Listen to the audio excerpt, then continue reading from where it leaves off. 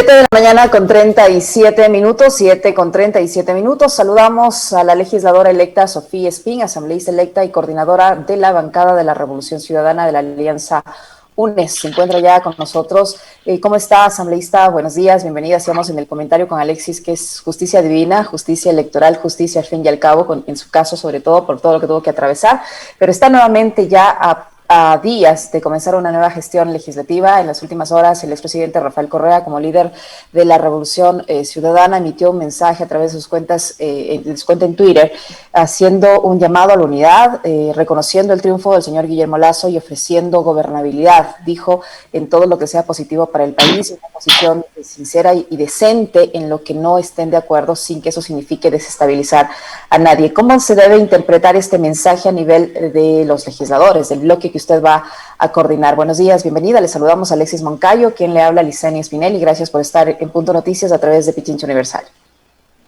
Estimada Licenia, Alexis, muchas gracias por esta entrevista, la primera entrevista después de la postulación o la nominación de coordinadora de la bancada. Yo creo, primero permítame saludar pues a Quito y a Pichincha, nuestra linda capital. Un saludo para todos. Segundo, creo que la justicia no solo es divina, sino es el pueblo que tomó justicia. Muchos de esos legisladores que quisieron hacer daño solamente por animadversiones políticas, por odios políticos, no han sido reelectos en este proceso electoral. Entonces, es muy interesante cómo pues, el mundo da vueltas y también el pueblo ecuatoriano pone las cosas en su lugar. Volvemos a esa Asamblea Nacional con la misión de que la Asamblea Nacional pase de tener una prácticamente falta de credibilidad del pueblo ecuatoriano, estamos hablando de índices del 4% de confianza del pueblo ecuatoriano, a que el pueblo ecuatoriano vuelva a tener confianza en esa Asamblea Nacional, a dignificar esa Asamblea Nacional, y esa es una de las misiones que tenemos, no solamente los legisladores de UNES, sino todos los legisladores, y comprender ese nuevo momento político que vivimos. Se ha hablado y la gente votó también por una nueva forma de hacer política. Nosotros hemos hablado de un comienzo diferente, siempre ganamos las elecciones. Esta vez tenemos a nuestro compañero, líder, presidente Rafael Correa, que ha aceptado que perdimos las elecciones, pero en ese mismo sentido responsable y de ponerse la pata en el corazón, ha dicho, tenemos que dar gobernabilidad. El pueblo ecuatoriano pasa por momentos muy, muy complejos, falta de empleo, grandes problemas en el tema de la salud, un tema de la pandemia que no se supera, no está claro en este último mes que le queda al nefasto gobierno del señor Moreno, no está claro el tema de las vacunaciones, hay muchos retos que tiene que afrontar el señor Lasso. No podemos ponernos en una posición a ultranza, sino que nos ponemos la patria en el hombro para trabajar en conjunto y sacar a nuestro pueblo adelante. Y en ese sentido es la necesidad de tener gobernabilidad. Y eso es lo que ha dicho nuestro ex candidato presidencial Andrés Arauz, y también lo ha dicho el presidente Rafael Correa, y por supuesto la bancada de UNES se une a estas palabras. Un gusto saludarle, Sofía, ¿cómo está? Muy buenos días. Uno de los retos más importantes que usted va a enfrentar al asumir el liderazgo de la bancada de la Revolución Ciudadana es que ésta se mantenga unida. Corríjame si me equivoco, ¿son 49, 48 legisladores con los que llegan? Bueno, hay un caso que es el del asambleísta Joao Acuña, donde en Manabí, en donde hay una disputa que para nosotros no tiene sentido ni asidero legal, que se disputa con otro asambleísta del Partido Social Cristiano, y este tema ya está en el Tribunal Contencioso Electoral, pero esperamos que en poco tiempo esto se dilucide y tengamos ya en firme 49 asambleístas. Llegan con 49. Yo le decía que uno de los principales retos suyos, por lo que pasó con el bloque de los 74, ¿no? Cuando implosionó y se quedaron 44 en el bloque de la Mapahuira, como lo denominó Ramiro Aguilar, y los otros 30 en el bloque de la Revolución Ciudadana. Me imagino que usted debe estar trabajando ya y dialogando con todos ellos para que se mantengan sólidos, ¿no?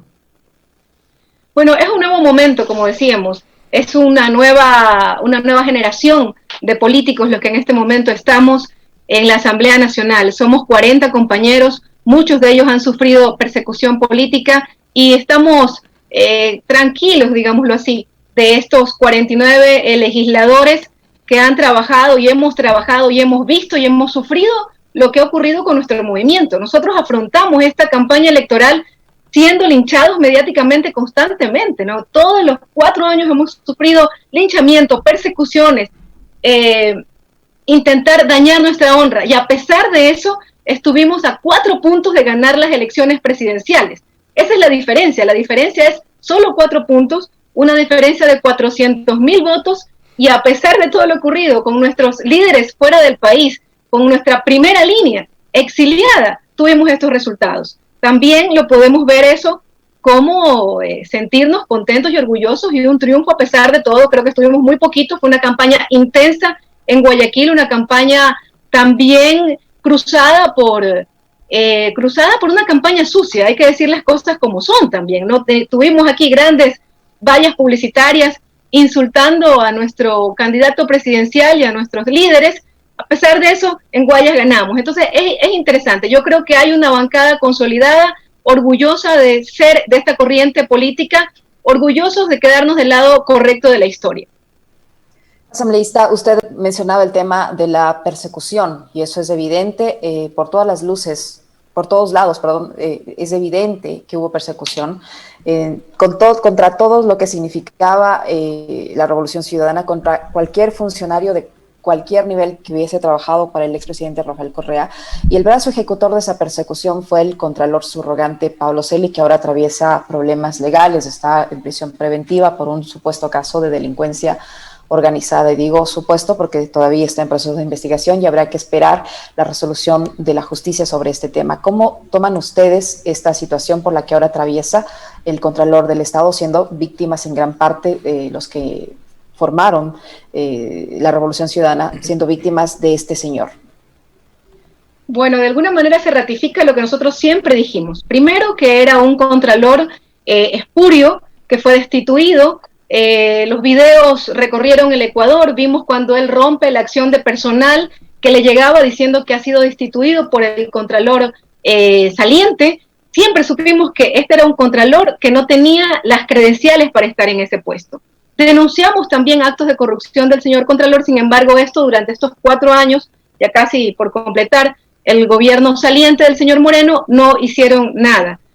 También es interesante para el análisis decir que seguramente esta información se conocía antes y se procesa ya justamente después de las elecciones, porque nos hubiera dado razón, ¿verdad? Que en realidad los corruptos son los del otro lado. Entonces, esto es interesante. Nosotros ahora hay un gran problema, que ha asumido otra subrogante. Entonces, no puede haber subrogante del subrogante. Y ahí entramos en un tema que no está legislado y que nos toca también analizar inmediatamente.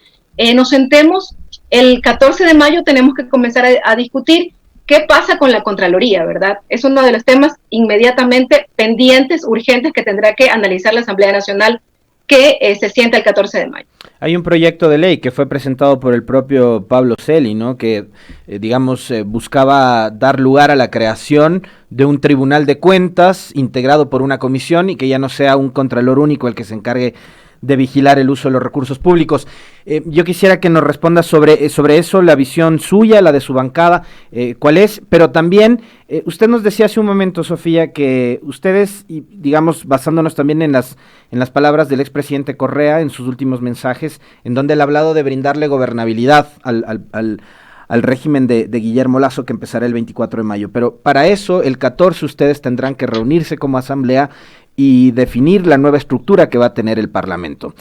Hay bancadas que ya se han reunido. Herba se ha reunido con Yacu, la Izquierda Democrática se ha reunido con Pachacutic. Tengo entendido que Guillermo Lasso también ha hecho algún tipo de acercamiento con estas organizaciones, que van a ser bancadas numerosas también. ¿Ustedes han conversado quizás con otros bloques? ¿Cuál va a ser la postura que van a adoptar? ¿Y cómo cree usted que se va a definir la nueva estructura de la Asamblea el 14 de mayo? Bueno, en general siempre se está conversando, ¿no? El Parlamento es eso, vamos a conversar justamente. Nosotros hemos hecho un llamado a una unidad de la Asamblea Nacional, hemos hecho un llamado a todos los bloques. Repito, estamos pasando por momentos realmente complejos del país y no podría ser de otra manera. Entonces, entendemos que a pesar de que en el Ejecutivo gana una tendencia de derecha, en el Legislativo es diferente. En el Legislativo, 3 grandes bancadas son progresistas, son de centro izquierda. tenemos coincidencias naturales, por decirlo así, ¿no? La bancada UNES, la bancada de Pachacuti y la bancada de la Izquierda Democrática.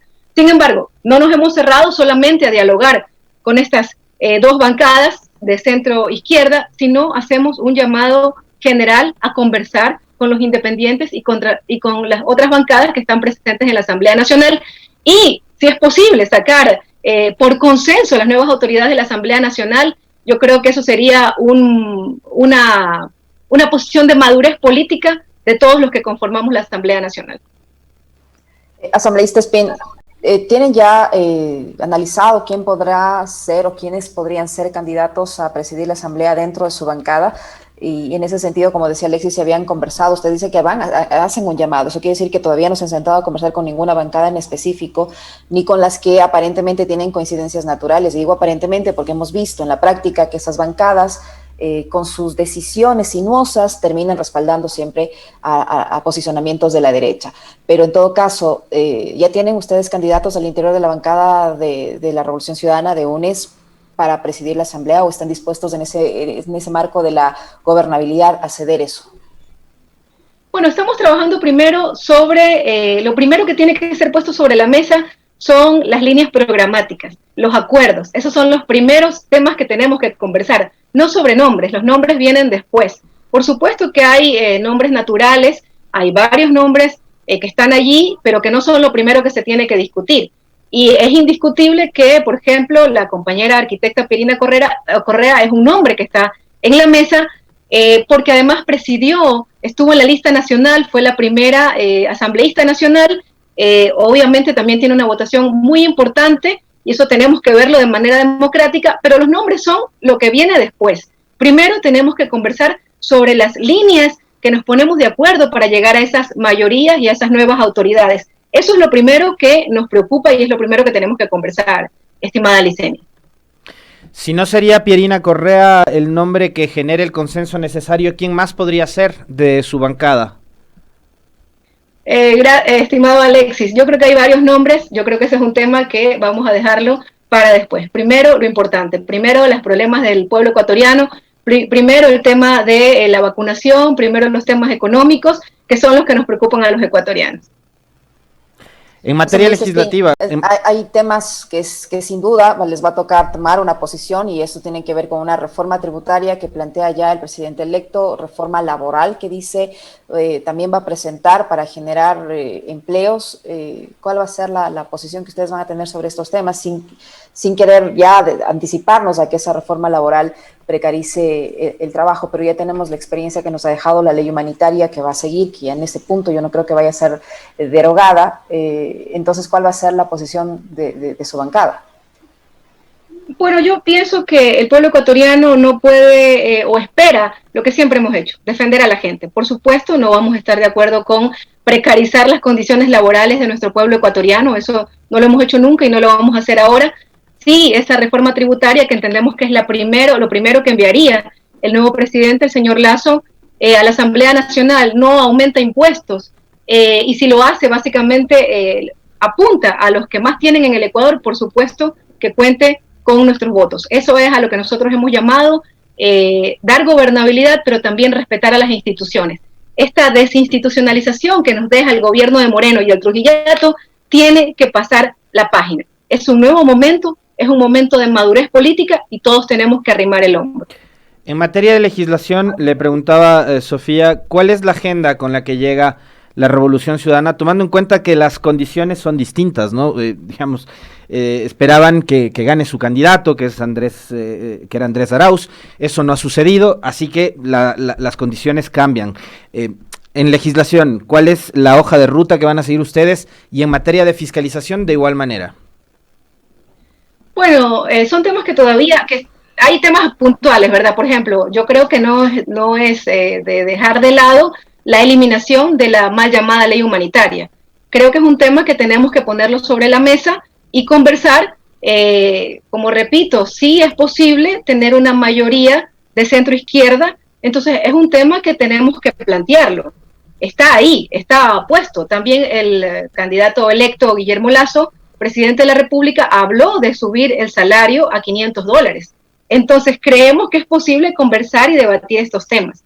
Creemos que los temas económicos son los primeros que tienen que ser puestos sobre la mesa porque son los temas urgentes que requiere el Ecuador y hacia allá nosotros vamos a dirigir nuestros esfuerzos. Fiscalizar, bueno, esos son temas que se van a tratar, ya no solamente nosotros no tenemos mayoría absoluta, tenemos 49 votos, son los temas que tendremos que ponernos de acuerdo con las otras bancadas en esta conversación que tenemos que tener, ¿verdad? Asambleísta Espín, ¿qué medidas van a tomar para evitar que ocurra lo mismo que pasó con la bancada anterior, que se dividió en un grupo que permaneció siempre fiel a sus principios y el otro, pues que se fue acomodando al vaivén de la política del momento, como es el caso de los señores de Alianza País? Lo decía hace un momento, estimada Licenia, yo creo que venimos un nuevo grupo de legisladores que estamos conscientes y cuando participamos por la Revolución Ciudadana queríamos dejar atrás lo que ocurrió, esta traición que ocurrió en el gobierno de Moreno, que significó una ruptura muy fuerte de la bancada de asambleístas. Hay un nuevo momento, hay unos nuevos actores políticos, hay una nueva generación de políticos que también están aquí en estos 49 compañeros electos, que si no fuera por el cambio de la ley electoral al método de Webster, seguramente tendríamos 70 asambleístas y tuviéramos mayoría absoluta. Entonces es un nuevo momento, yo creo que tenemos una bancada mucho más madura, con experiencia, pero también nuevos compañeros, un recambio generacional interesante, y estamos trabajando, como le decía Alexis, hay una bancada consolidada, diferente, que se ha puesto la patria en el corazón, estimada Licenia. Después de conocidos los resultados, hay mensajes que me parece a mí que son claves, sobre todo para superar este triste momento que hemos vivido los ecuatorianos durante estos 4 años, en donde tuvimos un gobierno que por ocuparse de lo urgente dejó de lado lo importante. Lo urgente para ellos fue perseguir, encarcelar, desterrar del país a sus enemigos políticos, porque así los consideran, no son adversarios, son enemigos. Y el enemigo, como en una guerra, hay que aniquilarlo. Y eso buscaron durante estos 4 años. Pero después del resultado electoral, el presidente electo Guillermo Lasso dice, yo no llego a la presidencia con una lista de perseguidos. Y Rafael Correa dice, vamos a darle gobernabilidad al país. ¿Cómo hay que asumir estos dos mensajes? Sofía, usted que también ha sido víctima de esa persecución, usted, como decía Licenia en la apertura de esta entrevista, fue injustamente destituida por una asamblea desprestigiada, por un grupo de legisladores que también formaron parte de todo ese lawfare. Así que, ¿cómo hay que asumir estos dos mensajes? Porque se trata, digamos, de los dos líderes políticos más importantes que hemos tenido en los últimos años, ¿no? El expresidente Correa y el presidente electo Guillermo Lasso. Alexis, me parece a mí que son palabras de mucha madurez. Realmente es una comprensión de que la campaña pasó y ahora tenemos que ir a trabajar por el pueblo ecuatoriano. Entonces, las palabras del señor electo presidente Lasso son muy interesantes y son un llamado a lo que el pueblo ecuatoriano quiere: paz, tranquilidad, justicia sin presiones políticas del gobierno de turno. Eso es muy importante. Nosotros tenemos compañeros que tienen, el caso del vicepresidente Jorge Glass, tiene 3 años y medio preso y todavía no hay pruebas al respecto, no hay pruebas, no hay nunca encontraron la ruta del dinero. Primero encontraron la ruta del dinero del Contralor, que en este momento enfrenta ya una cárcel, digamos, ¿verdad? Una prisión preventiva. Entonces, es momento realmente de dejar esta persecución política y comprender que no somos enemigos políticos por más que cierta prensa lo insista, y que somos adversarios políticos, y que tiene la Revolución Ciudadana en esta alianza UNES el derecho de hacer una oposición crítica constructiva, obviamente respetando la gobernabilidad. Eso es muy importante. Entonces, son declaraciones que las tomamos con mucha madurez. De igual manera, las expresiones del presidente Correa, asumir que en este momento el pueblo ecuatoriano ha votado por la tendencia de derecha en el Ejecutivo, porque en el Legislativo es diferente, en el Ejecutivo, y que demanda de nosotros mucha madurez política para sacar el pueblo adelante. Andrés Arauz ha dicho, un nuevo comienzo. Por supuesto que es un nuevo comienzo porque es nuestra primera pérdida después de tantas elecciones, 14 elecciones que ganamos contundente y rotundamente. A pesar de eso, una vez más, reitero que es apenas una pérdida con 400,000 votos y aún así todavía hay algún proceso de impugnaciones que obviamente no van a cambiar el resultado, pero que podría significar ganar algunos votos más, estimado Alexis. Estamos en un momento muy delicado, muy complejo del país y yo creo que todos tenemos que actuar con profundo sentido de patria, estimado Alexis. Asambleísta Espín, ¿y ese sentido de madurez, de nuevo tiempo, va a significar que se deje de fiscalizar al gobierno del presidente Moreno? Porque hemos visto hasta ahora que el Contralor, por ejemplo, que ahora está atravesando problemas, se ha hecho de la vista gorda en algunos casos y en otros, pues obviamente ya sabemos cómo ha actuado. Pero hay muchos temas que quedan pendientes y que huelen ya a impunidad.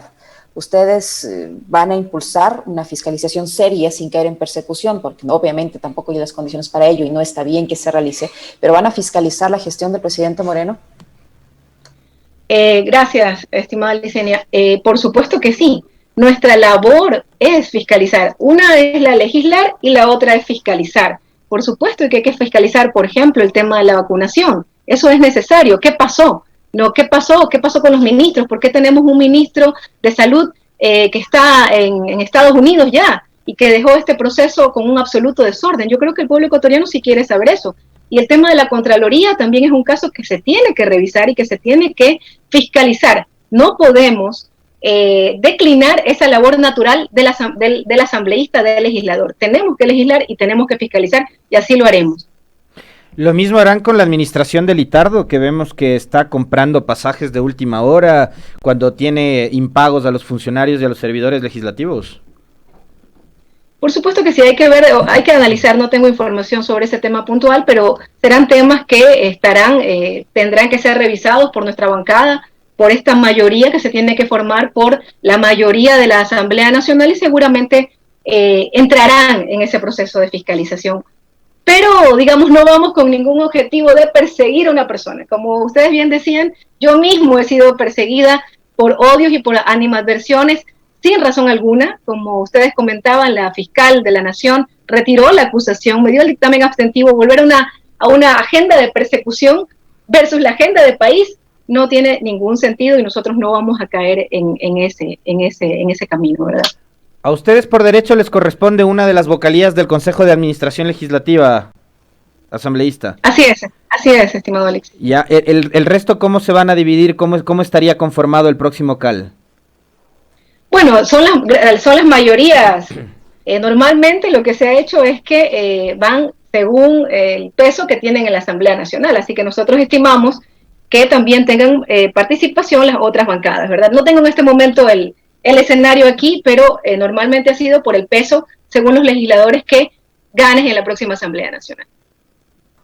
Asambleísta Espín, y en cuanto a las comisiones, al ser ustedes, si bien no mayoría absoluta, pero sí una bancada bastante numerosa, ¿cómo van a actuar respecto a la conformación de las comisiones? ¿Hacia qué comisiones ustedes se perfilan? Bueno, son parte de las conversaciones que tendremos que tener en la conformación de esta nueva mayoría, de la mayoría y de las autoridades de la Asamblea Nacional. Una vez más, yo decía que primero son los temas programáticos, las líneas que tienen que regir a la próxima Asamblea Nacional, luego vienen el tema de los nombres, luego vienen el tema de los intereses que tengamos en presidir diferentes comisiones, ¿no? Son temas que vienen en el segundo momento, digámoslo así. En su caso, ¿usted sería quien opte por la vocalía en el CAL? Si no es así, ¿a qué comisión le gustaría ir? No lo hemos definido, estimado Alexis, todavía tenemos que reunirnos con los compañeros, con la bancada. Tuvimos una primera reunión en Riobamba el viernes pasado, estamos organizándonos. Lo que nos preocupa es trabajar por la patria, estimado Alexis, estimada Licenia. Esas son nuestras primeras preocupaciones. En este momento sí hemos pedido a nuestros compañeros asambleístas que nos digan cuáles serían sus comisiones de interés, pero entendiendo que necesitamos una mayoría, que no la tenemos absolutamente, todavía necesitamos la participación de otras bancadas y son esos temas los primeros que se tienen que tratar. En su caso, inclusive, como repito, sin nombres todavía. En su caso, ¿cuál comisión le gustaría integrar? Bueno, hay una comisión que es la comisión en la que yo estuve de desarrollo productivo y que me parece a mí que es una comisión que aporta mucho para el tema de económico del país, ¿no? Pero ahí todavía nosotros estamos yendo, y créalo, hemos tenido una reunión de bancada muy interesante en la ciudad de Riobamba, en donde decimos, por el bien del país, estamos donde se nos necesite. Esa es nuestra posición. Asambleísta, para finalizar, ustedes van a llevar ya en la práctica no solo hacer los llamados a las bancadas con coincidencias naturales, como usted dice, pero ya empezar diálogos directos con ellos, conversar como sí lo está haciendo el señor Lasso con Pachacuti y con la Izquierda Democrática, para ver qué pueden hacer, qué coincidencias pueden mantener y a qué acuerdos pueden llegar en el buen sentido de la palabra. Pero por supuesto que sí, tenemos que conversar, vamos a iniciar esos diálogos, vamos a trabajarlos, obviamente aquí hay compañeros con los que también estamos trabajando para esos diálogos y los vamos a iniciar inmediatamente, es parte, como decía, de lo que tenemos que hacer nosotros, vamos a la asamblea justamente a conversar y lo hacemos para todas las bancadas, eso es importante, creemos que la Asamblea Nacional que va a asumir el 14 de mayo tiene que dejar atrás lo que está ocurriendo, lo que ha ocurrido con esta asamblea. La asamblea del reparto tiene que quedar atrás, la asamblea de entregas de carnés de discapacidad para conseguir mayorías tiene que quedar atrás. Creo que tiene que haber un acto de profunda madurez de nuestra bancada y de todas las bancadas para poder volver a dignificar esa Asamblea Nacional. Las instituciones las hacen las personas y es responsabilidad de nosotros, no solo de la bancada de UNES, sino de todas las bancadas, dejar atrás esta nefasta imagen que deja la actual Asamblea Nacional. Muchísimas gracias a Sofía Espín, asambleísta electa por el Distrito 1 de Guayas, ¿no? No me equivoco. Distrito 1. Así y además designada durante este fin de semana como la jefa de la bancada de la Revolución Ciudadana para el periodo que se viene de 4 años a partir del 14 de mayo de 2021 hasta 14 de mayo de 2025. Muy amable, Sofía. Un gusto como siempre. Un abrazo para ustedes, Licenia y Alexis. Suerte en esas nuevas gestiones de asambleísta. Muchas gracias. Gracias. 8 de la mañana con 4 minutos. Alexis y amigos, hacemos una pequeñísima pausa. Regresamos inmediatamente con más información, así es que no se vayan. Vale, vamos.